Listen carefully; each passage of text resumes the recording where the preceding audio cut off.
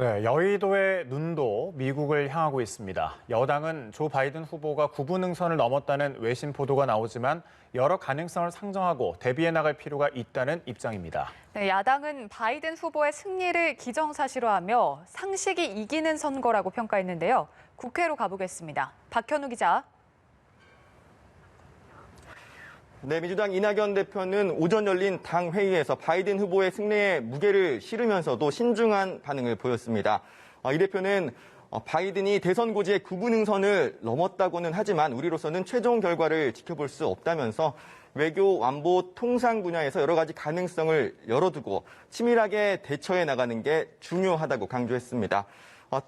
또 국회 차원의 대비가 필요하다면서 송영길 외통위원장을 필두로 한반도 TF 위원들이 오는 16일 미국을 찾을 예정이라고 밝혔는데요.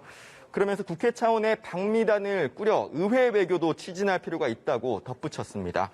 민주당은 오후에는 미국 차기 정부의 대외 정책 기조와 한반도 정책을 짚어보는 토론회도 진행을 합니다. 국민의힘은 바이든 후보의 당선을 사실상 공식화했습니다. 의원총회에 참석한 김종인 비대위원장은 새로 등장할 바이든 정부라는 표현을 쓰면서 미 대선 전후 상황을 평가했는데요. 우선 선거 자체에 대해서는 결국 상식이 이기는 선거였다고 언급했습니다. 그러면서 정부가 억지를 부린다고 하더라도 국민이 따르지 않으면 선거는 승리할 수 없다면서 야당의 승리를 강조했는데요.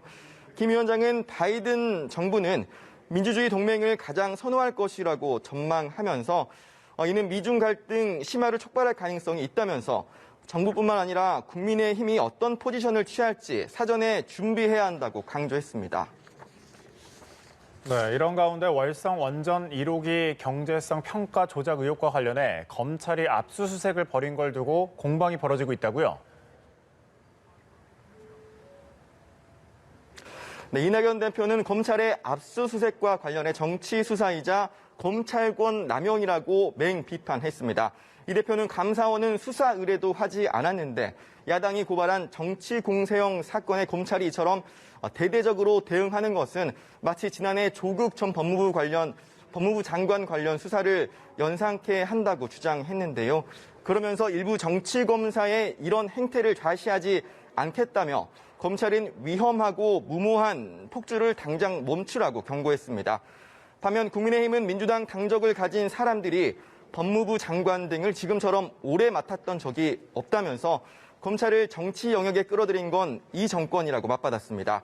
주호영 원내대표는 가장 정치적 행보를 보이고 있는 건 추미애 법무부 장관이라면서 벌써부터 추 장관이 검찰의 수사를 방해하려는 의도를 노골적으로 드러내고 있다고 비판했습니다. 그러면서 추 장관 등은 추후 수사 방해 등에 대한 진실이 밝혀진다면 엄청난 책임을 물어야 할 것이라고 목소리를 높였습니다. 지금까지 국회에서 연합뉴스 TV 박현우입니다.